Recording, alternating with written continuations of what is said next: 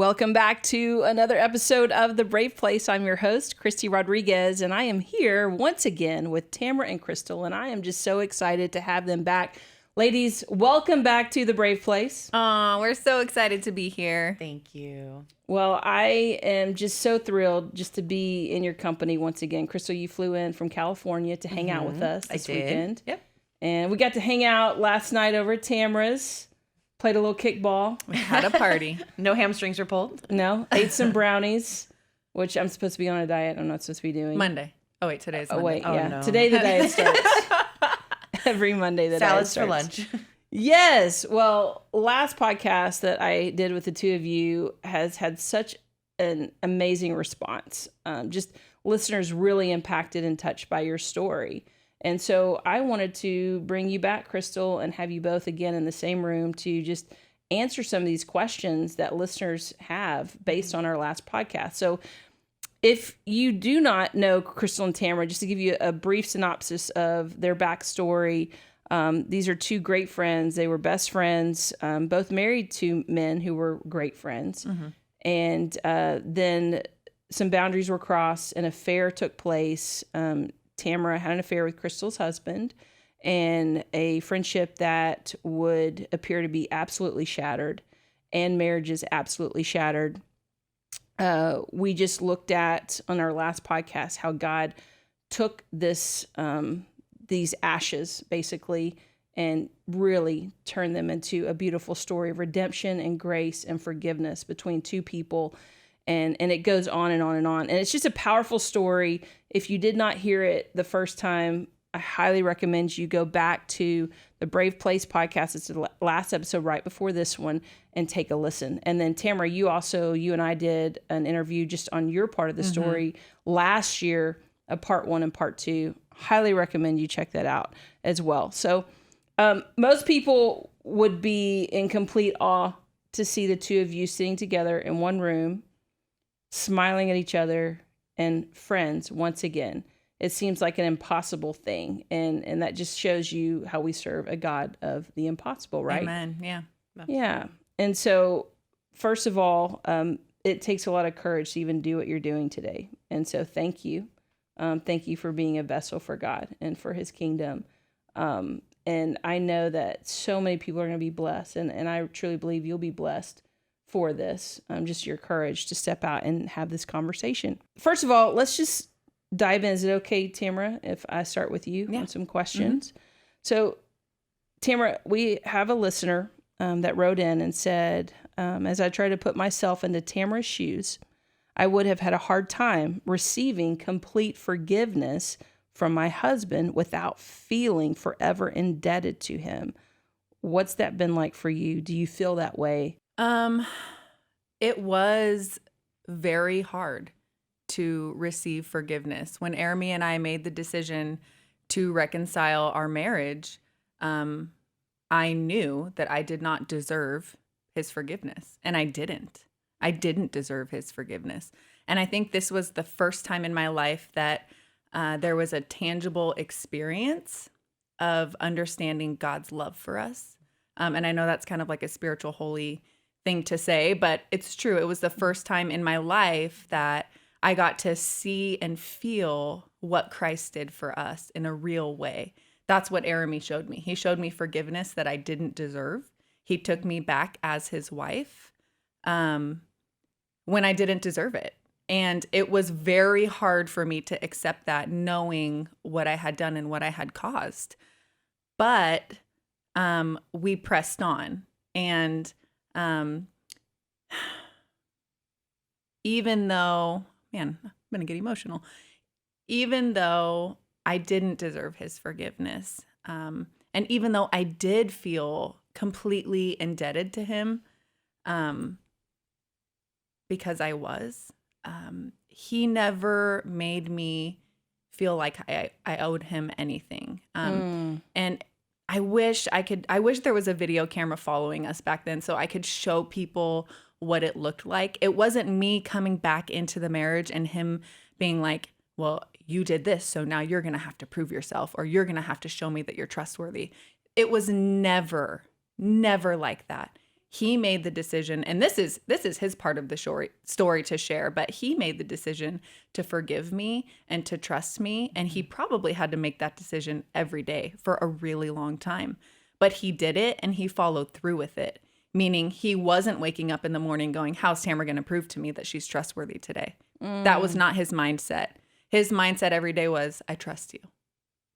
I trust you. I'm choosing to trust you. And it made it really easy for me to try to prove that I mean, it was exciting for me to prove that I was trustworthy to him because of his attitude towards me. So it was two people coming together, making that choice together. It wasn't just me feeling this oppression like, oh, I'm so undeserving and now I have to like scramble to prove myself every day. That's not what it was like. Wow. That is powerful. Wow.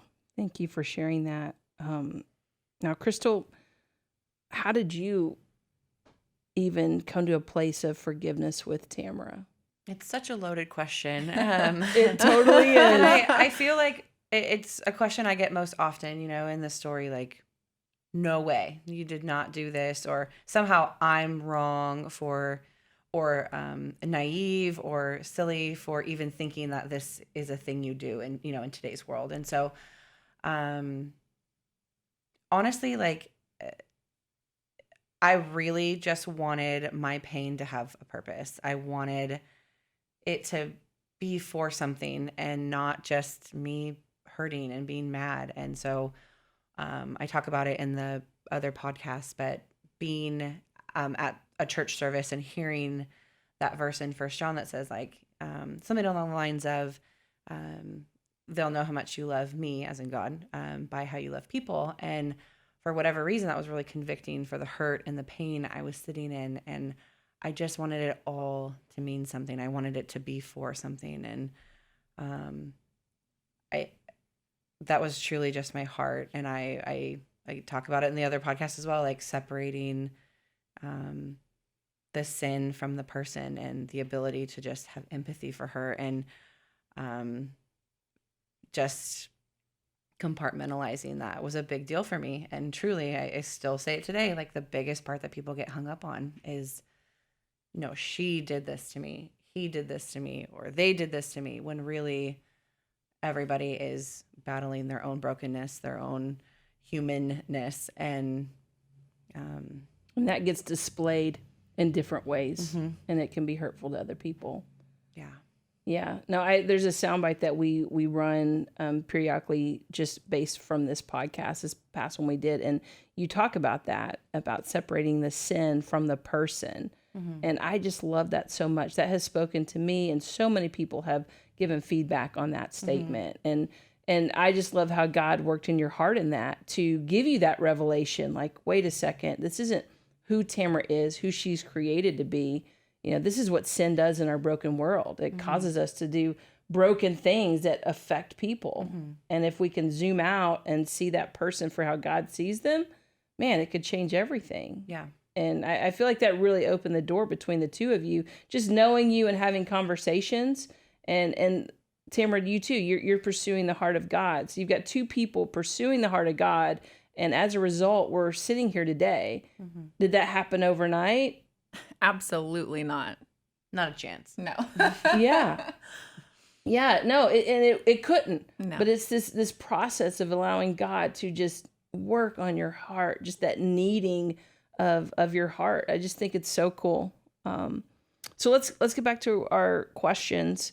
And this is for both of you. A listener said, for any close relationship to remain deep, trust is essential. So how did you repair the broken trust? What was the rebuilding process? What did that look like? And how long did it take for that not to be an issue in your friendship anymore? Now when you guys get together, I mean, Krystal, you come to hang out with Tamara and her husband, Jeremy, and the family. And it has nothing, like, if people looked on the outside and saw your lives today, they would not believe the history that is underneath it all. Right. And so what did that trust process rebuilding look like for both of you? And then, how long did that take you to get there? This is an interesting question. We were talking about this last night, and trying to pinpoint how this happened and how we did it, because obviously we didn't come into this with a plan. Krystal didn't come to me with a written out proposal going, okay, we can be friends, but here's what you have to do. Right. She made the decision to forgive because of the conviction that she had. And then we came together and it was very awkward. And it was, I don't think either of us thought we're going to be besties again someday. That was not the goal. Yeah. I mean, and again, like, let's remind, everybody that this is 10 years ago. So, and also I never want, to, I don't know. I struggle with wanting to give people the how-tos, answer these and give people, like, if you do A, B, and C, you're going to have this result. And that's just not how it works. But this is what, our story, how it worked out. But until I was divorced, this relationship could not have been what it is. It just was not appropriate. It, because of the history, it's just not something that, so if folks have not listened to the previous podcast, like, I am now married to someone else, which allows the fostering of this friendship now. And so I think that's important, just because there are boundaries in marriage. There are, in situations like this, there are very clear lines that are drawn. And for those 2 years after all of this happened, where I was attempting to reconcile my marriage, we were not friends like this. Right. And we did not talk like this. And I did not confide in her. It was not, let's forget everything that happened and, go back to being friends because I miss you. Like, there was reality in that. And we talked about that in the podcast as well. We grieved that loss, that friendship. Yeah. But, and again, we did come together to reconcile, and that was a really beautiful thing. But then we kind of both went on our own ways, trying to reconcile our own lives. And we just kind of stayed connected in a healthy way. And by Krystal watching my life and having access to my life and seeing my heart, I think it made her more able to learn to trust me again. I proved that I was trustworthy without even trying to prove that I was trustworthy. just living your life openly, or living her life openly and transparently, I was able to trust that, hey, she actually, like, loves the Lord. Like, she has made her life right. And that was enough for me to remember, like, the Tamara that I knew and that I loved. And, it's really hard as humans who have been hurt to trust people. But I trust God. And if I see somebody love and trust God with their life and their marriage and their redemption, like, I am so much more inclined to, approach them with trust and transparency. So yeah, and to be honest, for a long time, every time that we would get together or talk on the phone or anything, I felt extremely guilty and shameful, and like, I just wanted to apologize over and over again for what I had caused in Krystal's life. I mean, even seeing her go through her season of singleness and trying to figure out life, I felt responsible for all of that. So we would get together and there was just this heaviness. And it took many times of Krystal telling me, Tamara, you can stop apologizing now. For that healing to take place. It wasn't just an overnight thing, like, okay, we're good now, And we were talking again last night, same question. A big part of this is my friendship with Ermi, and like Tamara's husband. Yep. Tamara's husband, yes.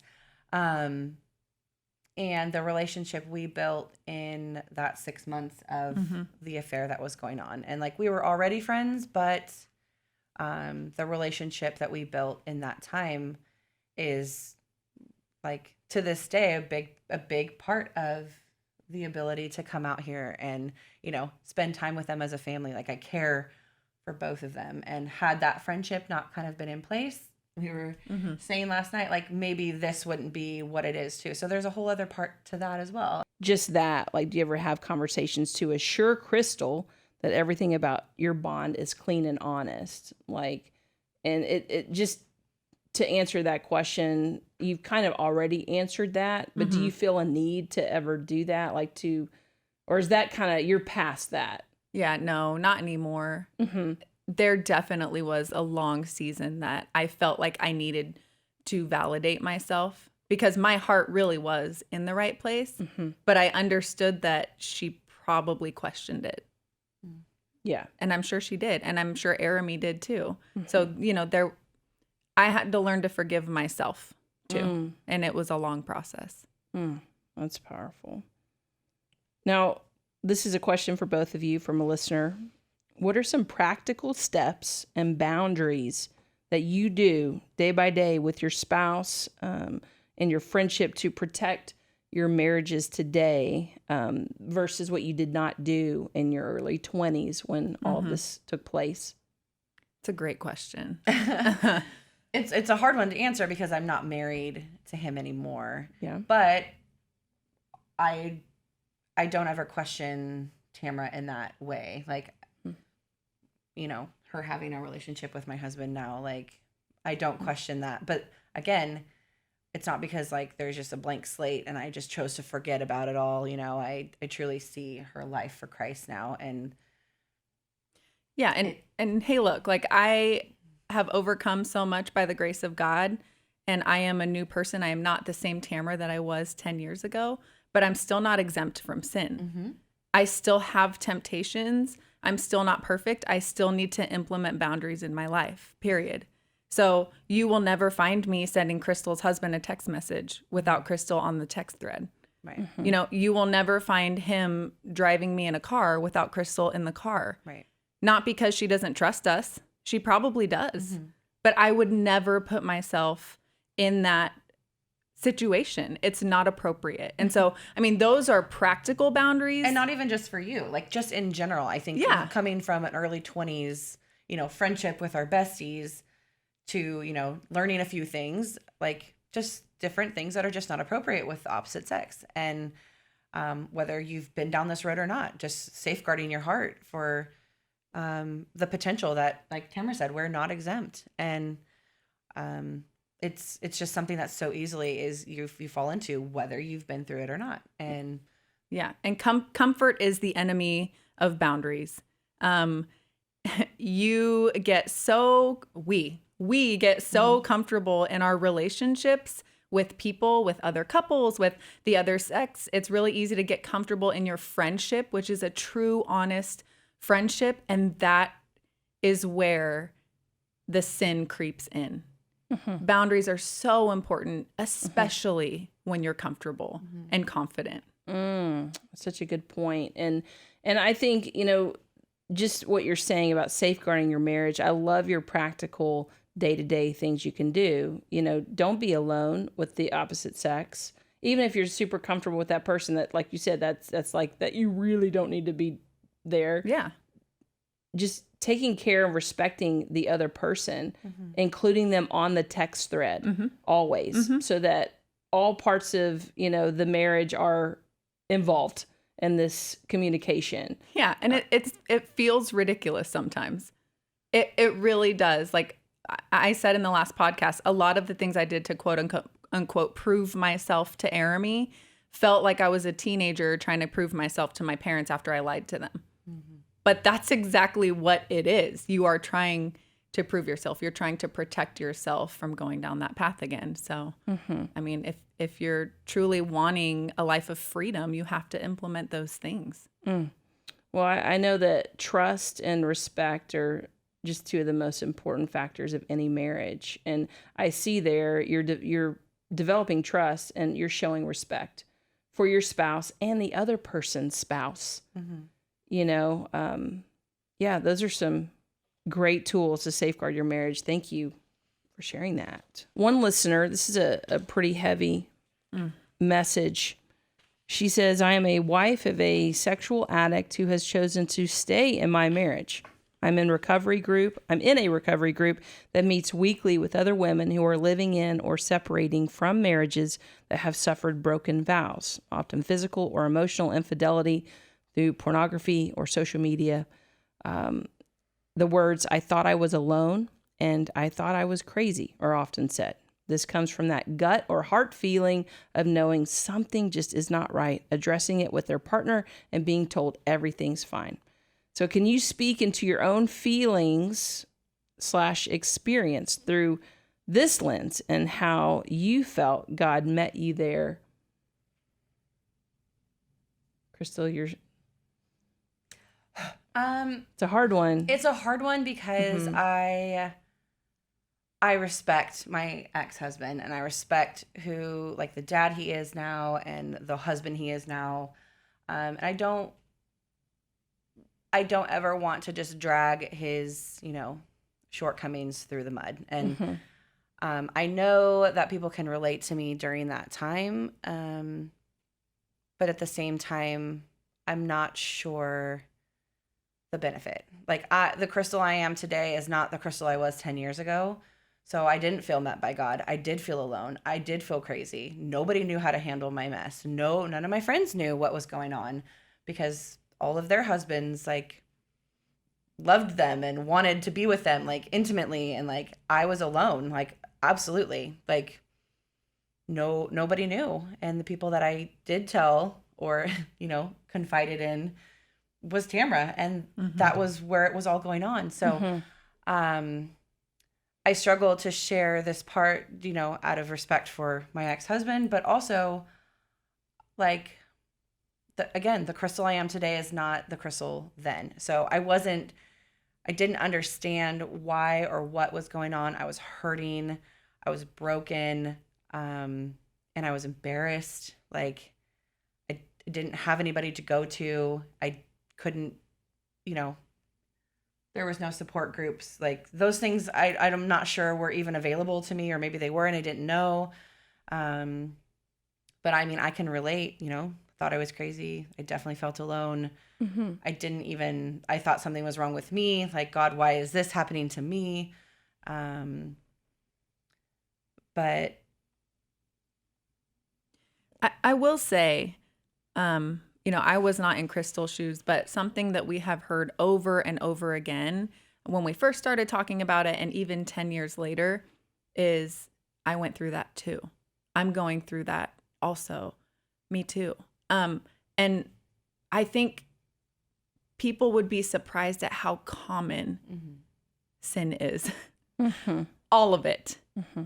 Usually when you think you're alone or you're crazy, there's someone else going through something really similar that has the same feelings. And I think secluding yourself and staying stuck with that unsettling feeling, you don't have to do that. There are, and again, I hate sounding like so, like I don't even know the word, but I mean, there are trained professionals that are trained professionals for a reason. And I am for it because it really helped save my marriage. Yeah. Go talk to someone. You're not alone. You're not crazy. There are people who understand you, and there are people who can help you get through this. And sometimes it's not your spouse. A lot of times, if you're having those feelings, I mean, I can't say you're probably right because I don't know, but there are people that can help you navigate that season. Yeah, reach out for help. Reach out for help. And it's not like there's someone else out there. It's really, there are a ton of people out there that are going through very similar situations.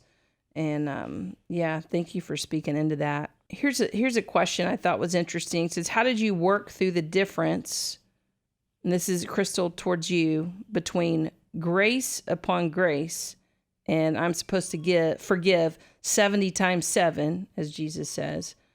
My grace and boundaries are taken advantage of or ignored. Like, what's the difference there? How do you go from grace 70 times 7 from being taken advantage of? Because you had to draw that boundary. Did. And when this first happened with Tamara, I had a newborn baby, and it, again, Krystal today is not Krystal 10 years ago. I did not think about, 70 times 7, I'm going to keep forgive.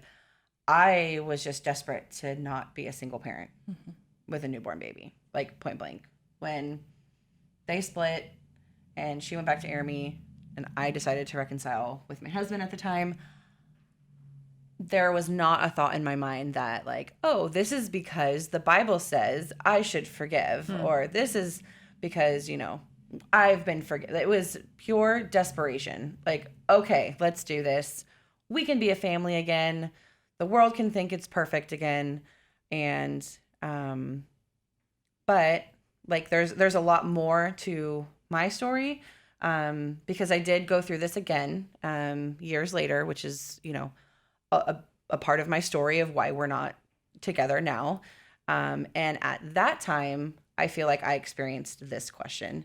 And I had been in counseling. I was working with a professional counselor who helped me, like Tamara said, navigate this very question. Like, where is the boundary? Like, how is this going to be healthy? How are you going to walk through this and not only honor the Lord, but honor your children and honor yourself? And I really had to examine what I needed to see and what I like a time frame around that. And that was what the professional counseling or advice or wisdom I received at the time helped me.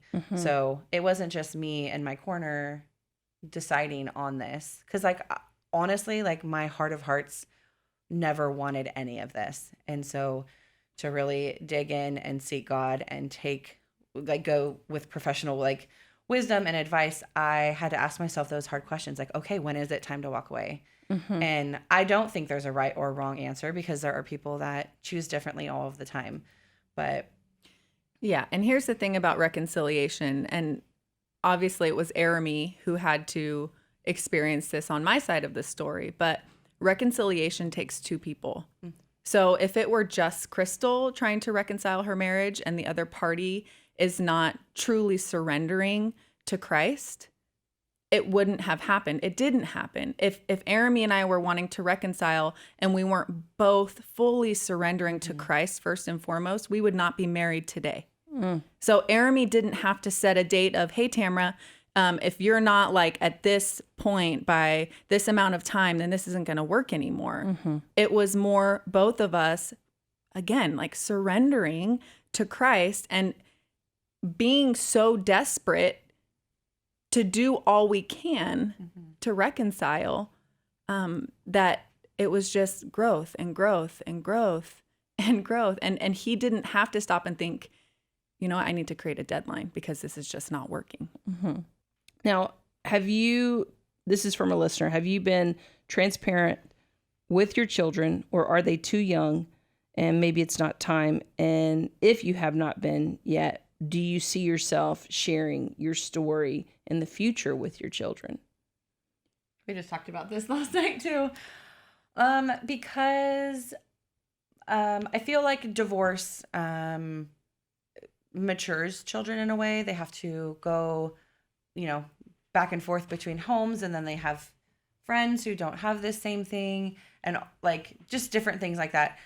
It emotionally matures children. So my kids are 9 and 10, and they are fully aware, especially because their dad has remarried, and they're fully aware that like you're married to one person, and you have a family with one person. And so they've asked different questions, but my heart is not to just like divulge all of this information I want to make sure my intention and my heart in it is not to slander or bad talk their dad and change their view of him before they're mature enough to understand like the depth of sin and what Christ has done on the cross. Like not in just like a little kid version of it, but like truly understand like the hurt and the pain that sin can cause. And so I don't think that they know, or I have not been fully transparent because they're 9 and 10. Like they don't understand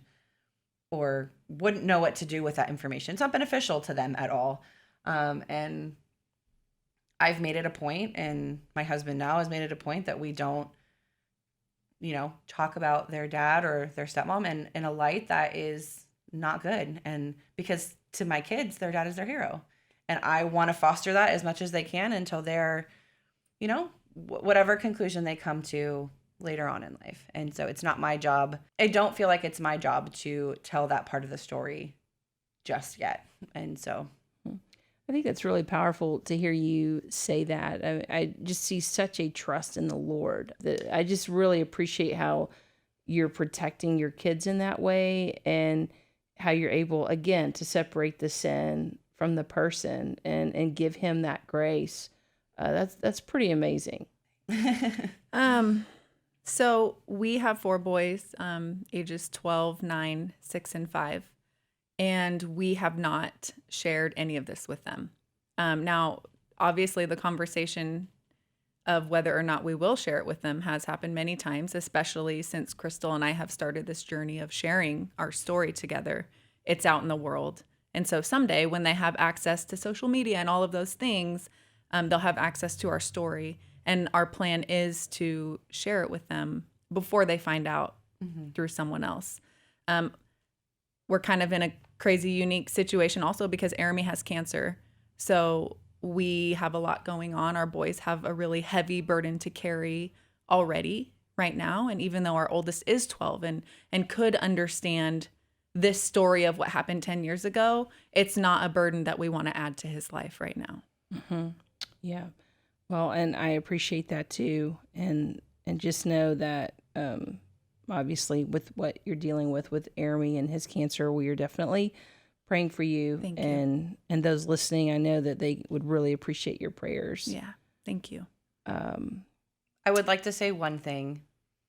The willingness to use your hurt to fuel the fire, like for your kids against the other person, is like never okay. Like regardless of how hurt or mad or revengeful you are, putting your kids in the middle is never something that is going to benefit them or their life or their childhood or their view of you as a parent or of the other person as a parent. And it's so often used to manipulate the situation and manipulate kids' feelings as they're already trying to navigate and understand what is happening, especially in a divorced household or a separated household. It's not okay. And there is already so much for them to handle and to carry and to process. And to hear one of their parents slandering the other parent is confusing and it's hurtful. And they don't understand your hurt and they don't understand why. And it's just a very powerful thing that, like, as a parent, you are mature enough and you can make the choice to not do that. And from somebody who's done this for 10 years now, like it's not always easy. It's a daily choice that my husband and I make now. Like, okay, Krystal, no, like stop there, and it can be something that's done. And it's not something that's necessary. Your children they're not going to understand it the way that you're trying to use it. And so that's so good. Just an I'm so encouragement glad. for parents that are walking through this, who are separated or divorced or are angry or hurt at their spouse, or their spouse is still not living the way that they want. But it's your kids are watching, they're listening, and you can help them navigate it, but you don't need to divulge it all. And it can be just a lot for them to carry. It's so good. It just brings in more destruction. Mm-hmm. Now, Tamara, one listener, she heard your podcast, the very first interview we did, part 1 and part 2, where you talk about your side of the story and where you were driving down the road one day and this song came on the radio and it just penetrated your heart. And it really was the beginning of a turning point of repentance for you. And this listener wants to know, do you remember what song you were listening to? Absolutely. It was You Are More. And it goes, you are more than the choices that you've made. You are more than the sum of your past mistakes. I had heard this song many times, but that day driving down the road headed to DMV for some reason just broke me. And I believed it. Wow. That's such a lesson for all of us, right? Yeah. Like we're more than the choices that we make. Yeah. Yeah. It's beautiful. Now, We'll be wrapping up. I have 2 more questions for you ladies. I just want to know what you value, love, respect about one another today. That is such a loaded question. I was like, I'm going to cry. That's what I do. I love and value so much about you, Krystal. How to pick a couple things. I know. I think I shared this in the podcast too.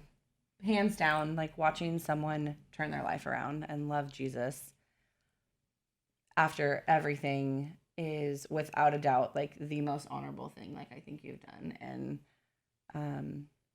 I just really truly honor that about you and your heart to be transparent. So many people want to run away from the problems they've made and the choices they've made, and they're embarrassed or they're shameful. But how do you not respect somebody who takes their mess and turns it around to help people? And I truly respect the mom that you are and the willingness you have to play with your kids. Like watching you play kickball, I was like, I was just standing there like, I got to show them how it's done. Right. But yeah, the life that you've fought for your boys. And there's so much I could go on forever, but I truly do value and honor the woman that you are. And thank you. Praise God. I love you. So I love you too. I say this all the time. Like, I know that Jesus loves me because of Arami and Krystal. Like, I know it. I've felt it. I've seen it. She didn't just forgive me so that she could be free. I mean, she did do that. But then she welcomed me back into her life. Like, who does that? Who does that? Someone who's fully surrendered to Christ. Like, I don't think I could do that. You know, I try to put myself in her shoes often, and I'm like, man, like, I don't know if I could carry that and trust like she does. And I just admire, like, watching you not just go through what we went through, but then all of the events in your life after what we went through. You've continually, you know, you've made mistakes. You're not perfect, but you've continually just gone back to the cross. You've just surrendered over and over again. And I just admire it so much. You're so strong. You're so, so, so strong. See, but I have an example of strength in you. And so I admire that about you too. Watching your journey with Arami and cancer and 4 boys. Like, I mean, I don't know a stronger person. I truly don't. And so. And then Tamara, you're saying, I don't know a stronger person. I don't know a stronger person. Mm-hmm. I don't know of anyone who could do what you've done in your life and stand tall and go, it's all for Jesus. It's not even me. You're like, it's not even me. It's just by the grace of God. But I see you making that choice over and over again. And it has inspired me over the years. And today, like watching you with your now husband and your kids, I'm just so inspired by you. I love you so much. And I don't live in guilt and shame anymore when I'm with you, Krystal, but I still have the scar. Like, it's still there. I still remember what we went through, and I'm thankful. I'm so thankful. I know I don't deserve your friendship. I don't. But you gave it to me anyway. And I'm so thankful. Well, just turning beauty, from ashes is what's obviously happened here. And I just even want to say this, the ripple effects that we don't even understand, just God's multiplication abilities, right? From what we go through. And Krystal, just this turn, like, to the Lord, to grace, to love, acceptance, forgiveness, like that action on your part, the action on Arami's part, Tamara, your husband. Yeah. And planting all these seeds to turn your life around too, which has had a multiplication factor on my life. Mm-hmm.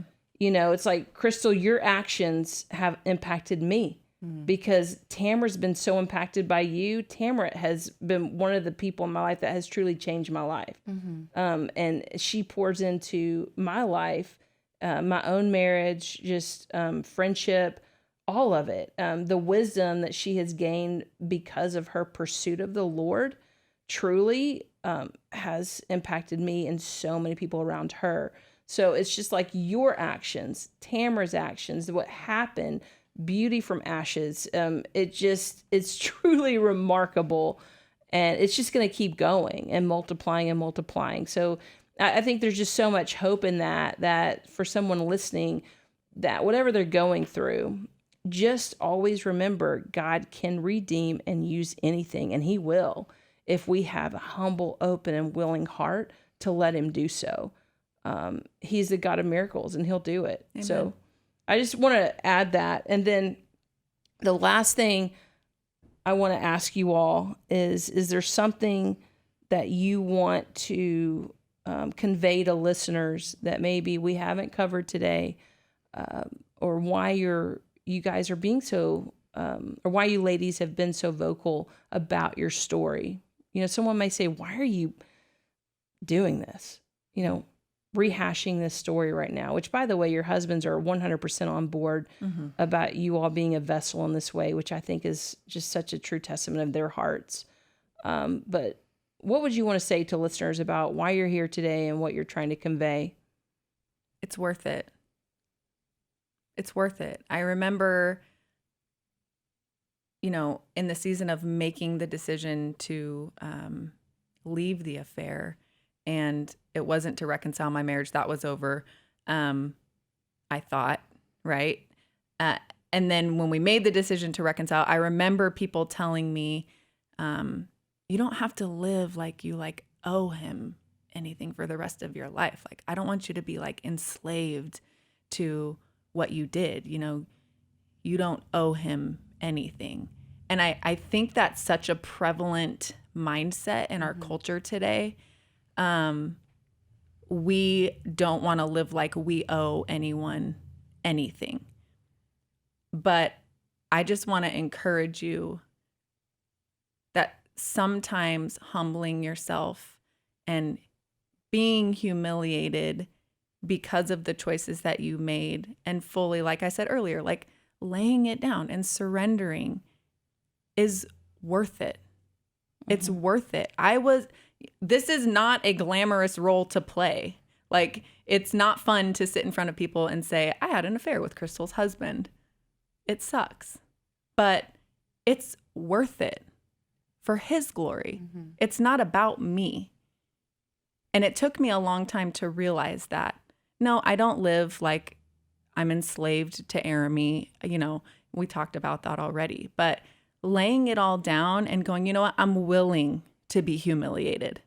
I'm willing to be honest about everything, even if that means people don't like me, even if that means we lose friends, even if that means I have to deny myself and my pride over and over and over again, and I don't like it.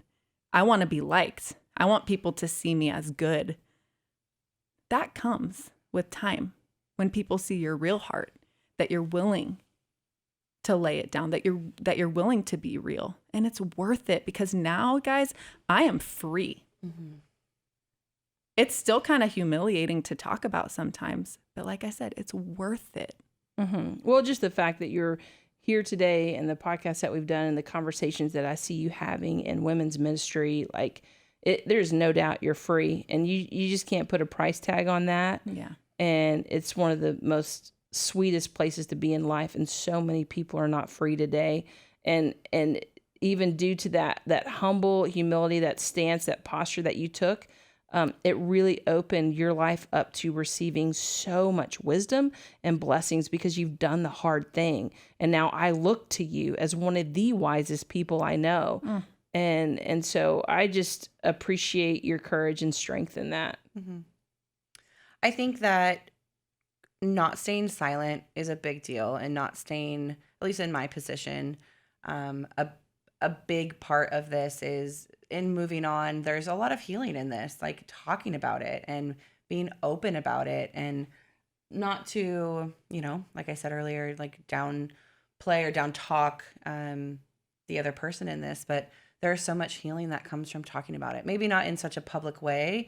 Not everybody needs to do what we're doing, but to get outside of, that dark place, that shameful, maybe embarrassed place, and just talk to somebody about it. Like, you can move on. You can, like, Jesus can heal your heart, and he can put it back together in, whatever way he sees best. But I remember living in that place of just like being alone and not thinking that there was any other way to go about this other than just staying quiet and staying in my own little bubble. And there are ways you can get outside of that. There are people you can talk to. There is a healthy way to heal and move forward. You don't have to live hurt forever. Like, it was like life was not intended to be that way. And for whoever's hurting and still broken, it could be years and years and years and years ago. And there are healthy ways to move forward. You don't have to live hurt and sad and angry, revengeful. There's all kinds of things that come from that, but you don't have to live that way. Such a good word. And what I see are two women who have done the hard work and pursued the Lord. And it hasn't been easy. It's been 100% worth it, like you said. And you've trusted the process. That's one conversation you and I had last night, Tamara, about stuff I'm dealing with personally. Mm-hmm. And you were just talking to me about trusting the process. Yeah. And I just want to say that to listeners, just don't quit until the miracle happens. Mm-hmm. Yeah. And one other thing I really want to bring to light is this can't happen without knowing Jesus. Real freedom, real reconciliation. It can't happen without knowing him. In our process of writing a book, we have been given advice of lots of different advice. But one person said, well, you're kind of writing a book as if you know that your reader is a Christian, like they know the Lord. And it kind of made us stop and think like, but it really can't happen without him. I just want to say, like, if you don't know him, he is the answer. None of this happened because look what happened when Tamara was in charge of Tamara's life. This didn't happen because Krystal. This happened because of Jesus, of knowing him, mm-hmm. of seeking him. It all boils down to that, period. Right. And it takes multiple people seeking him and knowing him for any reconciliation, mm-hmm. real, true, lasting reconciliation to happen. And trust. And yeah. Yeah. And in both of your stories, and people can go back and listen to the podcast, but both of you just had those moments with God. And truly, and where you invited him in and you were pursuing him when he spoke to you. And so I just think that's really powerful. I know that's the same for my own life. Whenever Christy's left to Christy's own devices, it's not pretty. We're jacked. We're totally jacked. Jacked. And I'm just like, having gone through and experienced the forgiveness and reconciliation that I have, that tangible, like Christ's love, I'm mm-hmm. just like, do you even know him? Like, do you know him? Do you know what he did for you? Mm-hmm. If you don't understand that, stop right now and go learn about him first, and then come back to all of this, because mm-hmm. that's the most important thing. Amen. Amen. Well, ladies, again, thank you for your courage and just your willingness to say yes to the Lord, mm-hmm. and to just have such a heart for people and for them to know your story and what God can do in us and through us. Thank you for impacting my life the way you have. I'm forever grateful for both of you and your friendships. So I'm just so glad, Krystal, you got to come hang with us. And I'm hoping maybe we can go for another G Pride and maybe you'll get some ice cream. And today's Monday, Christy. Oh, man. All right. Well, thank you all for listening to The Brave Place. I'm your host, Christy Rodriguez. If you have any questions for Tamara and Krystal, or for myself, or any show ideas that you'd love to know more about, email me at Christy@thebraveplace.org. And Christy is spelled CHRISTY at thebraveplace.org. And until next time, have a brave day.